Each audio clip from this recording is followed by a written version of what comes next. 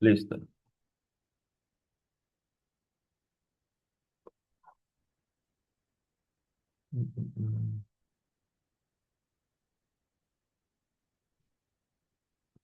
Muy bien. Vamos a iniciar con el tema de biomoléculas.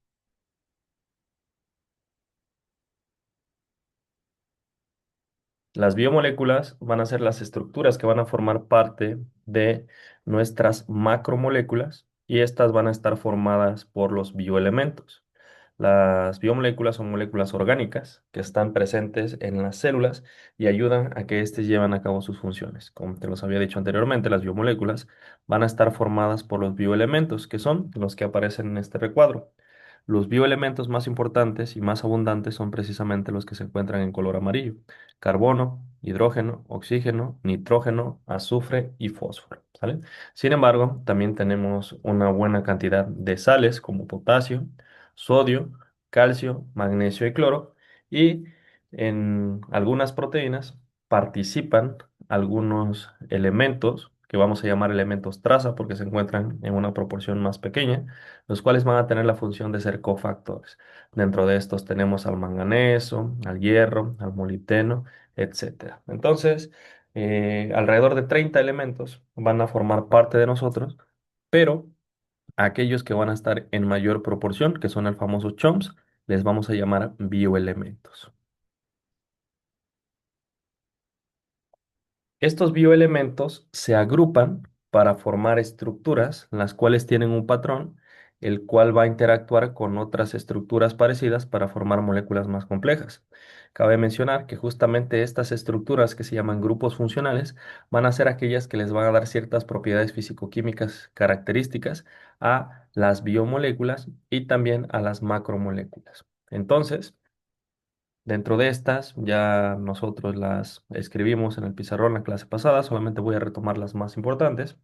Déjenme hacer anotaciones. Tenemos a el grupo funcional alcohol, que también lo conocemos como grupo funcional hidroxilo, ¿vale?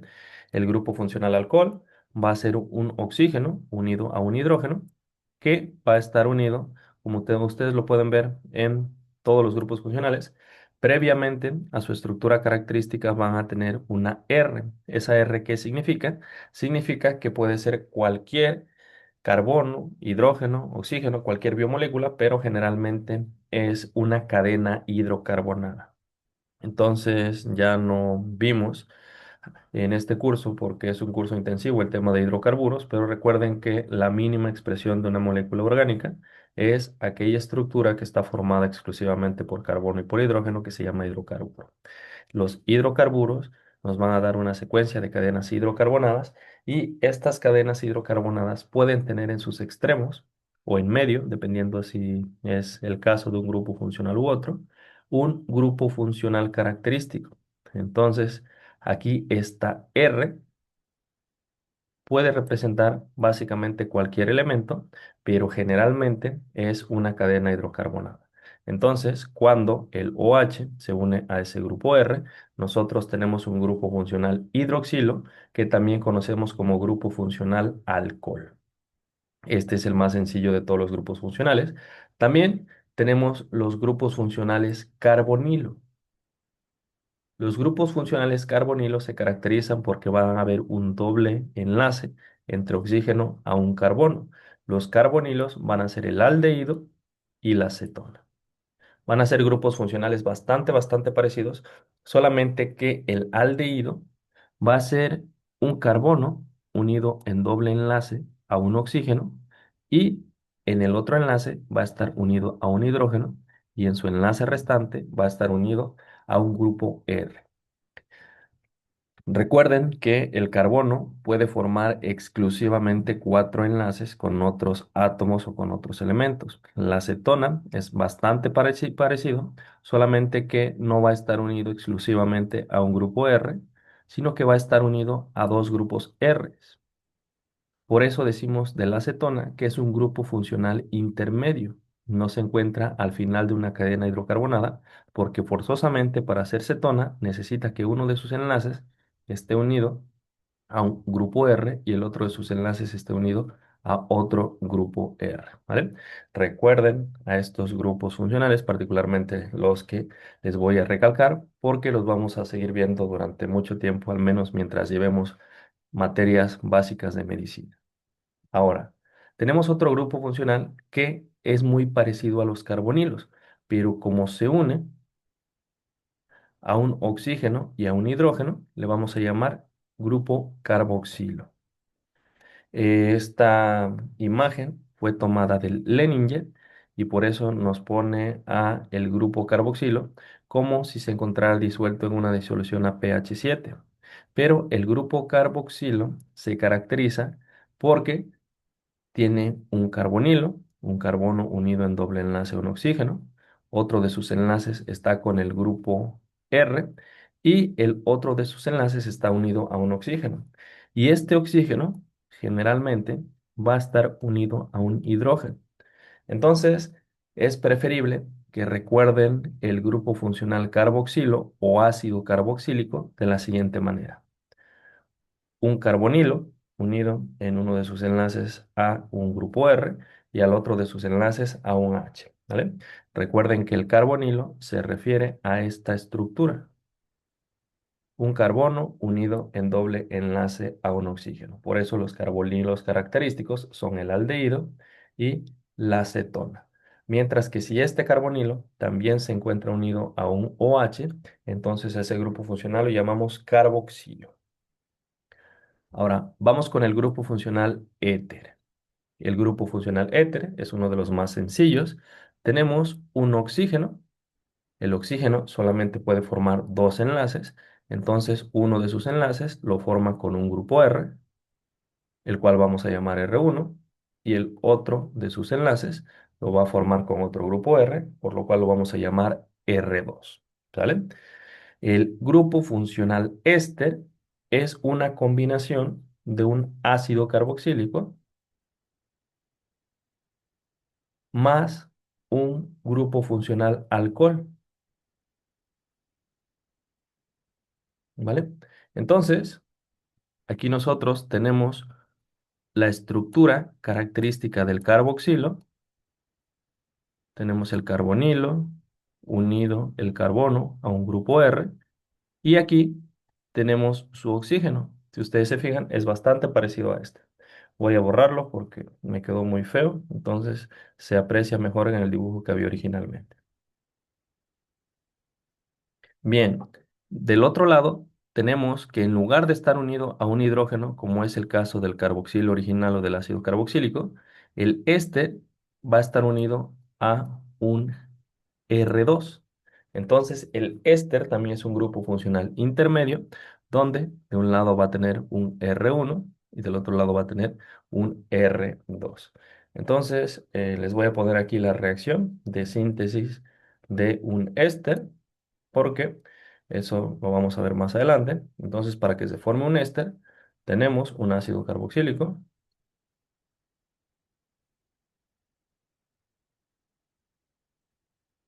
carbono, unido a un grupo R. Déjenme borrar este, no sale muy feo.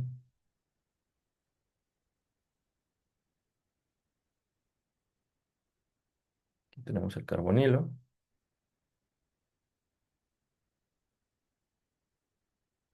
Esta sería la estructura de un ácido carboxílico.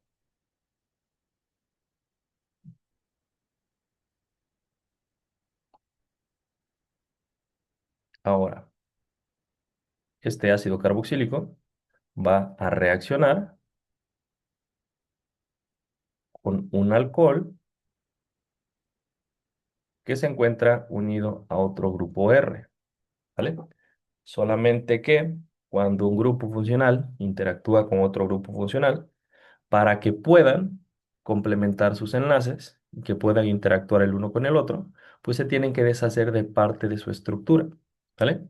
Entonces, aquí, este carbono, recuerden que solamente puede tener cuatro enlaces.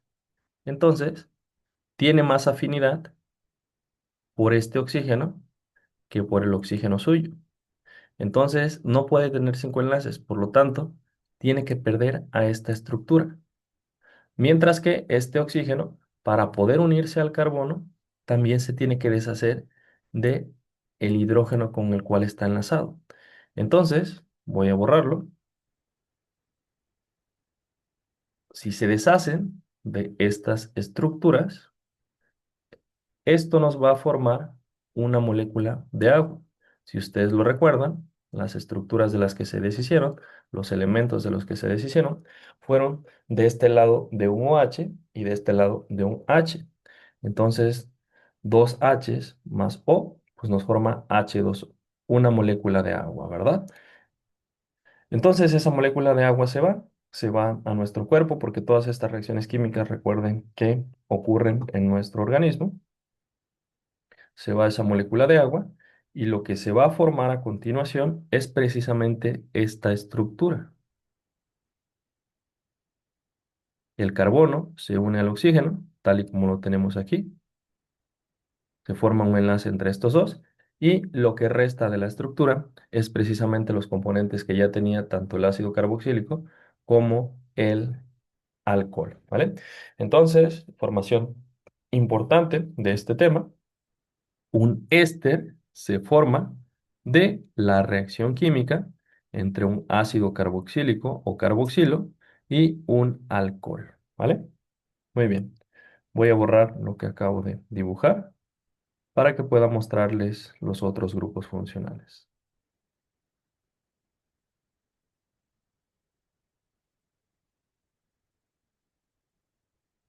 Siguiente grupo funcional importante, el grupo funcional amino o amina, ¿vale? Voy a subrayar los que tienen que aprenderse.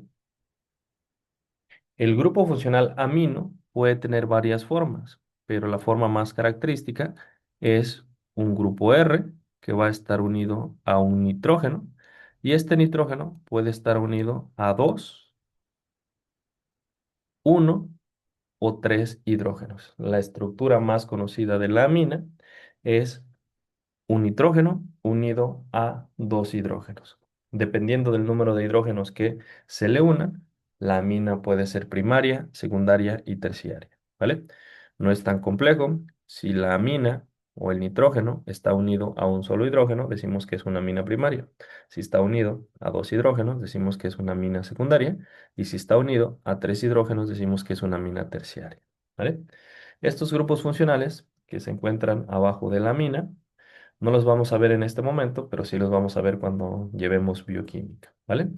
De los grupos funcionales que están aquí, hay uno que se llama, aquí dice amido, pero se le conoce también como grupo funcional amida, ¿vale? Aquí las pequeñas diferencias que podemos encontrar en el nombre de estructuras, de algunos organelos. Incluso si ustedes leen un libro traducido en Argentina, van a darse cuenta que le dicen organelas, en España les dicen orgánulos, en México les decimos organelos. Entonces, eh, el lenguaje científico y el lenguaje médico, pues tampoco es completamente rígido. Incluso dentro del mismo idioma podemos tener algunas variantes, ¿vale? Por eso, aquí tenemos un ejemplo. Aquí en este libro, que me imagino que va a ser traducido en España, le dicen grupo funcional amido, pero nosotros le decimos grupo funcional amida, ¿vale? Y al igual que como el éster era una combinación de un ácido carboxílico y un alcohol, un grupo funcional amida es una combinación entre un ácido carboxílico,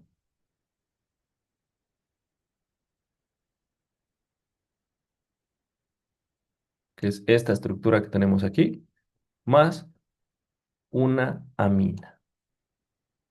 Igual, ya no voy a hacer la reacción, pero si reacciona una amina con un ácido carboxílico, nos va a dar esta estructura que se llama grupo funcional amida.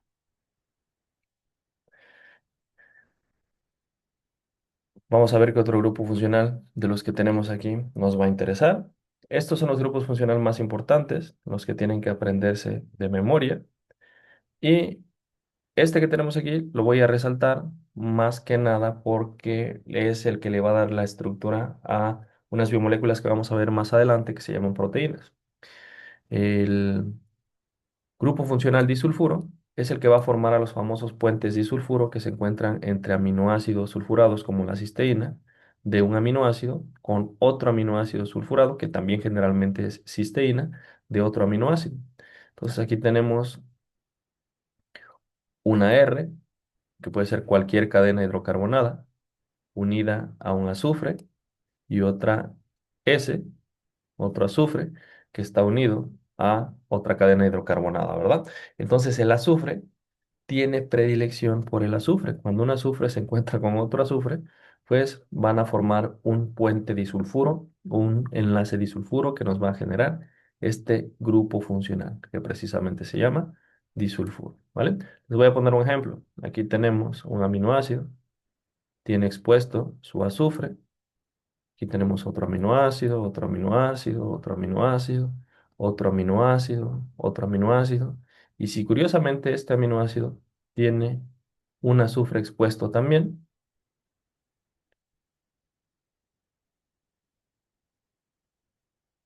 va a haber una interacción entre este azufre y este azufre, lo cual va a hacer que se una,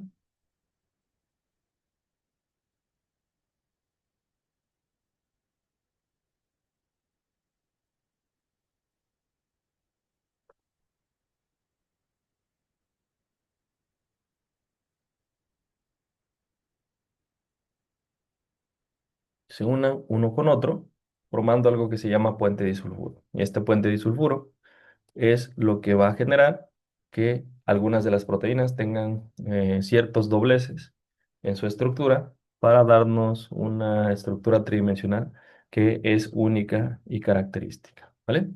Entonces,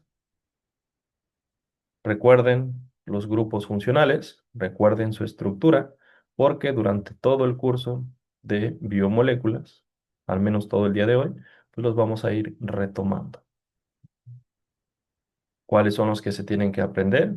Se los tienen que aprender de memoria, porque se los pregunté en el examen y se los voy a volver a preguntar en este examen extraordinario.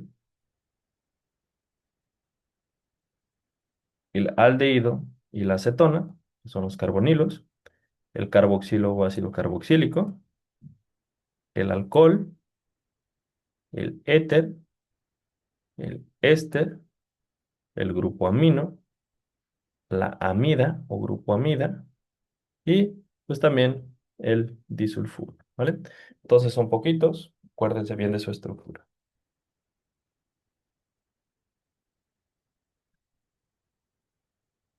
Siguiente diapositiva.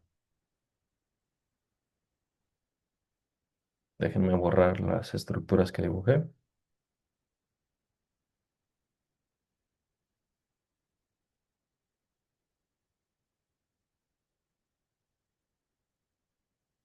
Y ahora sí vamos a entrar de lleno a las biomoléculas. Si ustedes lo recuerdan, la mayoría de las biomoléculas van a ser algo que se llama polímeros. ¿Qué es un polímero? Un polímero es una molécula gigante que va a estar formada por monómeros que tienen una estructura idéntica o parecida. Entonces, si lo vemos como un collar de perlas, el polímero sería el collar de perlas y cada una de las perlas que van a formar a ese collar va a ser un monómero, ¿vale? Entonces, la mayoría de las biomoléculas, que son cuatro, van a tener forma de polímero.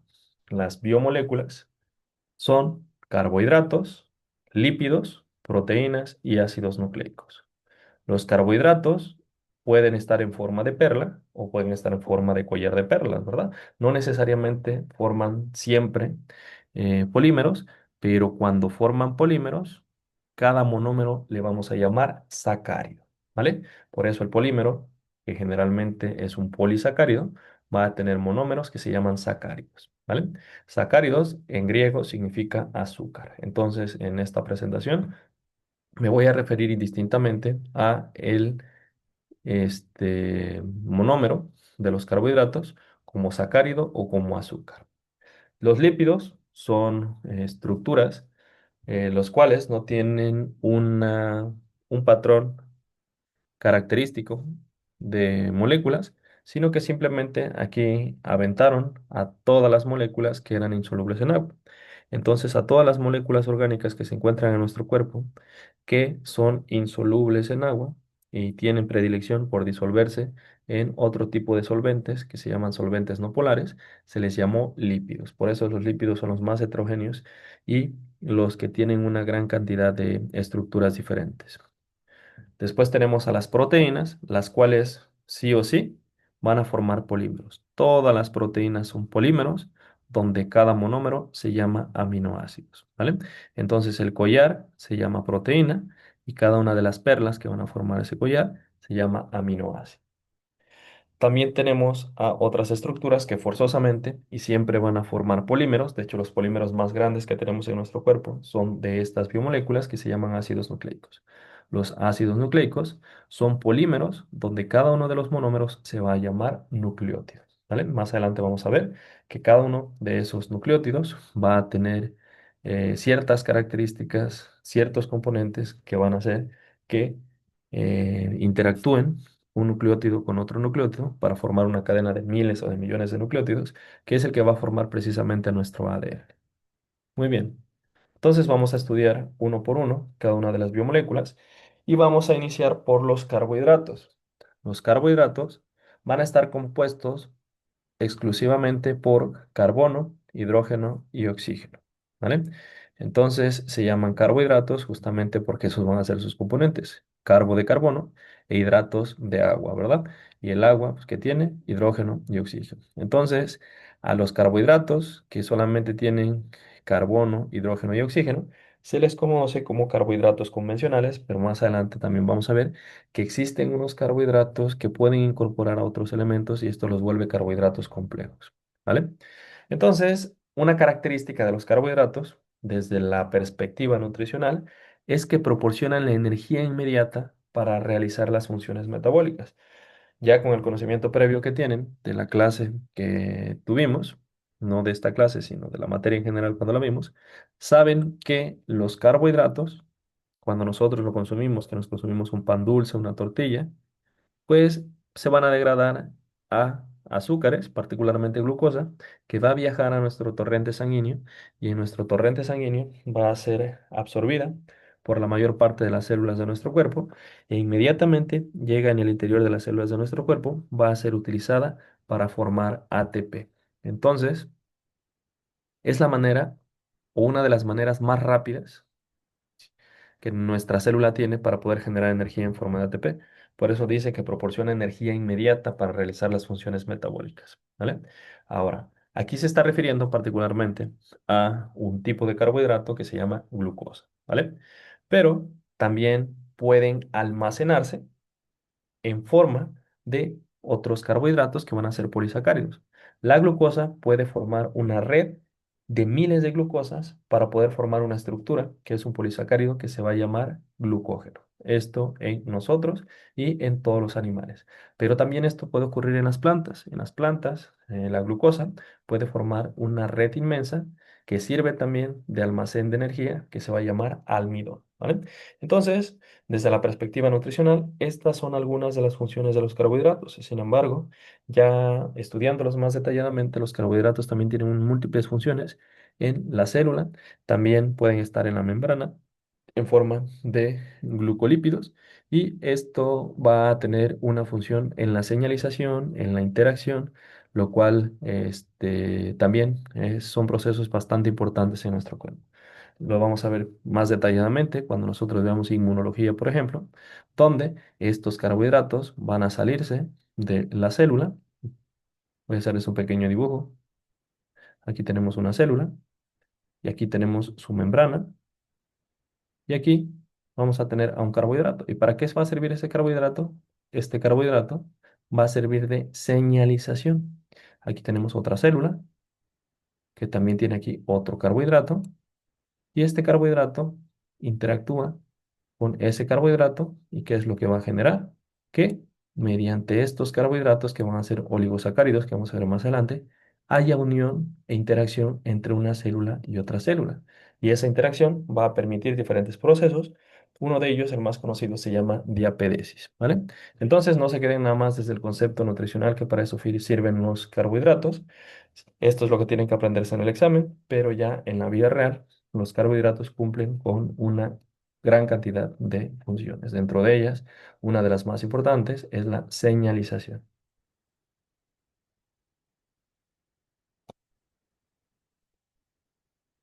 Clasificación. Una de las clasificaciones más complejas que tenemos es precisamente la de los carbohidratos, porque a los carbohidratos los podemos clasificar por tres formas distintas. La primera clasificación es por el grupo funcional predominante. Entonces, los carbohidratos son polihidroxialdehídos y polihidroxicetonas. Ustedes recuerden que solamente van a estar formadas por carbono, hidrógeno y oxígeno. Entonces, esta es la estructura o el patrón estructural que generalmente tienen los carbohidratos. Entonces, los grupos funcionales que van a tener los carbohidratos en esta estructura en particular solamente van a ser alcoholes o hidroxilos y un grupo funcional carbonilo. Ese grupo funcional carbonilo puede ser un aldehído y cuando el carbohidrato tiene un grupo funcional aldehído, se va a llamar aldosa. Mientras que si su grupo funcional, que no es el alcohol, es una acetona, entonces ese carbohidrato se va a llamar cetosa, ¿vale? Entonces, por su grupo funcional predominante, que es distinto a el alcohol, pueden ser aldosas cuando este grupo funcional es un aldehído y cetosas cuando este grupo funcional es una cetona. Ejemplo de un aldehído es el carbohidrato más conocido que se llama glucosa y ejemplo de una cetona es la fructosa, ¿vale? Muy bien. La clasificación más sencilla va a estar dada por el número de carbonos. Entonces, esta clasificación es bastante sencilla.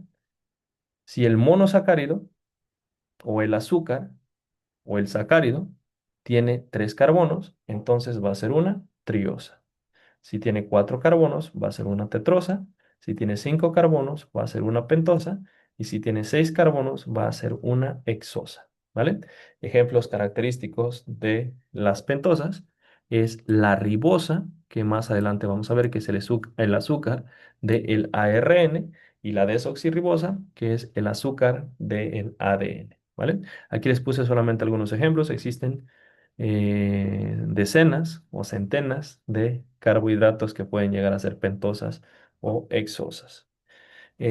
Otras azúcares importantes, particularmente de las hexosas, van a ser la glucosa, la fructosa y la galactosa. Aquí también podría estar la manosa, pero vamos a quedarnos con estas tres, que son las más importantes y las que se tienen que aprender de a fuerzas, ¿vale? Ahora, esta clasificación va a ser exclusiva para las azúcares o sacáridos. ¿Qué quiere decir esto? Que si nosotros tenemos un polisacárido, por ejemplo el almidón o el glucógeno, va a ser innecesario eh, e imposible que nosotros lo clasifiquemos por el número de carbono. Incluso los disacáridos, trisacáridos, oligosacáridos, polisacáridos, no los clasificamos por el número de carbonos porque esta nomenclatura, esta clasificación va a ser exclusivamente para los monosacáridos, azúcares o sacáridos, como le quieran llamar, ¿vale? Mientras que esta clasificación sí va a ser para todos los carbohidratos.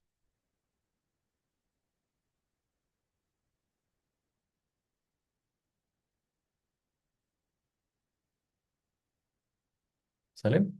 Y esta clasificación es por el número de azúcares. Si tiene exclusivamente una azúcar, es la azúcar misma, entonces vamos a llamarlo monosacárido. Si tiene dos azúcares, que justamente su estructura sea la combinación de dos azúcares, entonces lo vamos a llamar disacárido. Y si tiene varios azúcares, alrededor de 20, lo vamos a llamar oligosacárido.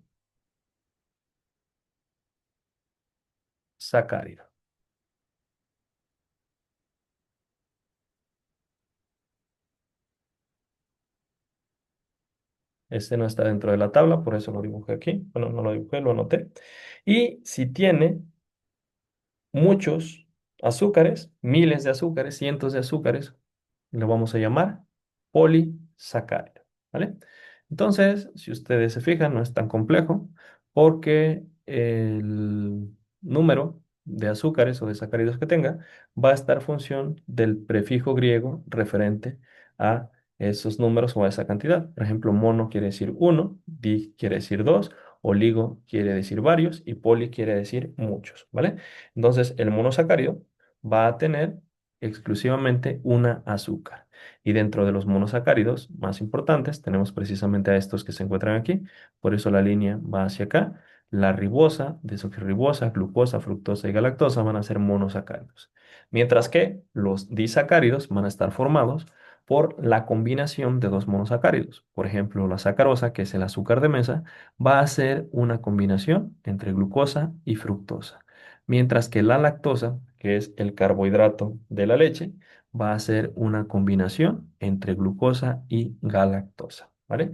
Dentro de los oligosacáridos más importantes, tenemos a la dextrina, las dextrinas, que ustedes la recordarán en nuestra práctica que hicimos sobre la miel, donde precisamente la práctica consistió en que nosotros identificáramos adulteración por dextrinas, ¿verdad? Entonces, la dextrina se encuentra también como producto intermediario de la digestión de los polisacáridos en nuestro cuerpo, pero también de la obtención de jarabe de glucosa a partir de almidón de maíz, ¿vale? Y también tenemos a los polisacáridos. Algunos ejemplos de los polisacáridos son el almidón, el glucógeno y la celulosa, ¿vale? El almidón y el glucógeno se caracterizan por tener enlaces alfa 1,4. Ahorita nada más apréndanselo de memoria, como muchas cosas que se tienen que aprender. Ya cuando llevemos bioquímica vamos a ver a qué se refiere este enlace. Mientras que la celulosa tiene enlaces beta 1,4. Y esa es la razón por la cual nuestras enzimas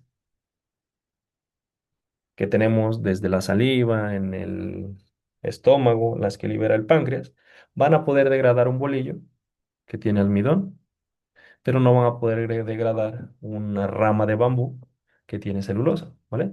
Eh, es algo minúsculo, tiene que ver con la posición, pero hay diferentes tipos de enlaces. El almidón y el glucógeno tienen enlaces alfa 1,4 y por eso nosotros podemos comer todo lo que tenga almidón y se va a digerir y se va a absorber a sus respectivos monosacáridos. Sin embargo, no, bueno, no es que no podamos, no debemos ingerir celulosa, porque la celulosa tiene enlaces beta 1,4 y estos enlaces pues, van a ser imposibles de romper. Los únicos que lo pueden romper en una menor proporción van a ser las bacterias de nuestro intestino, a lo que también llamamos la microbiota, ¿vale? Entonces voy a borrar lo que escribí en esta diapositiva para saltarme a la siguiente diapositiva y continuar. ¿Hasta aquí alguna duda?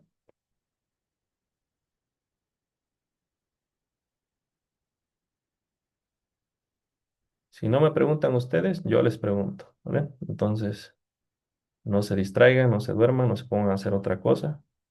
Estén poniendo atención con su libreta, porque eventualmente les voy a preguntar.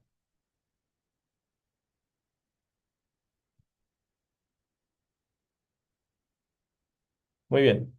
Vamos con otra familia de biomoléculas que se llaman lípidos.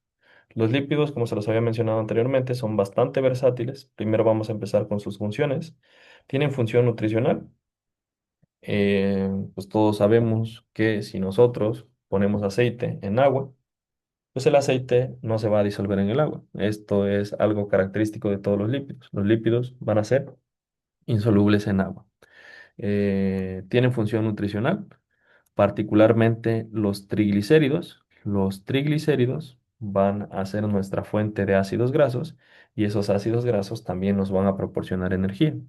Entonces, los ácidos grasos que provienen de los triglicéridos, que viene de la grasa que nosotros consumimos de los aceites o de la manteca animal o de la carne que viene, o de la grasa que viene en la carne, va a ser nuestra fuente de ácidos grasos y esos ácidos grasos también van a servir para que nosotros sinteticemos ATP.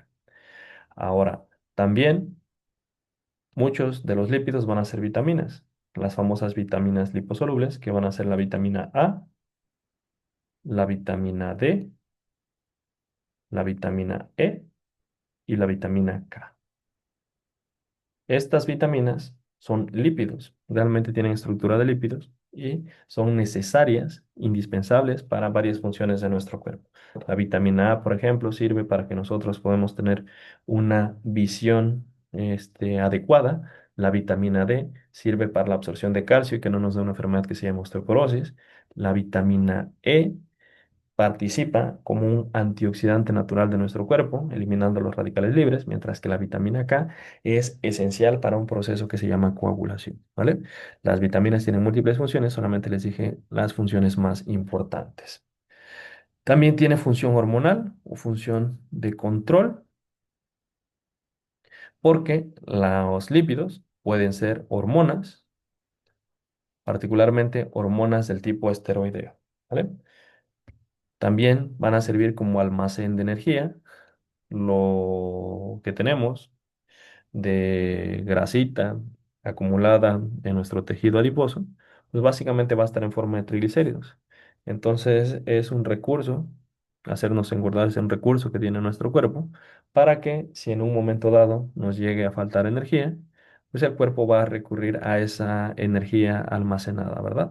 Entonces nuestro cuerpo va a almacenar triglicéridos para que en un momento dado que no haya suficientes carbohidratos, estos se utilicen para poder sintetizar ATP. Esta es una premisa básica que quiero que la recuerden desde ahorita y con eso vamos a terminar nuestra primera clase. Después de esto vamos a incorporarnos dentro de 15 a 20 minutos, lo que tarde en guardarse la clase, pero quiero que recuerden que los triglicéridos o las grasas no forman carbohidratos. Nunca vamos a formar glucosa a partir de los carbohidratos. Perdón, nunca vamos a formar glucosa a partir de los